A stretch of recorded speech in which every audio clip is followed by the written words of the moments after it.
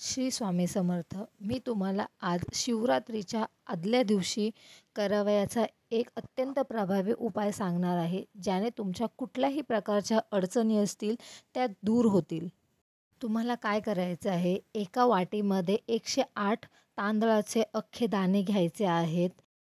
त्यानंतर तांदळाचा एक दाणा हातामध्ये धरून तुम्ही तुमचं नाव आणि तुमच्या मनातली इच्छा त्यामध्ये बोलून तो दाणा दुसऱ्या वाटीमध्ये ठेवायचा आहे. असे तुम्ही 108 वेळा करायचे आहे. त्यानंतर ते तांदूळ तुम्ही रात्रभर घरामध्ये ठेवून नंतर शिवरात्रीच्या दिवशी ते तांदूळ घेऊन तुम्ही मंदिरात जायचे आहे आणि बेलपत्र, फूल आणि ते अख्खे तांदळाचे दाणे घेऊन तुम्ही शिवलिंगावर अर्पण करायचे आहे आणि आपली इच्छा मनामध्येच बोलायची आहे. त्यानंतर काहीही न बोलता तुम्ही परत तुमच्या घरी जायचे आहे.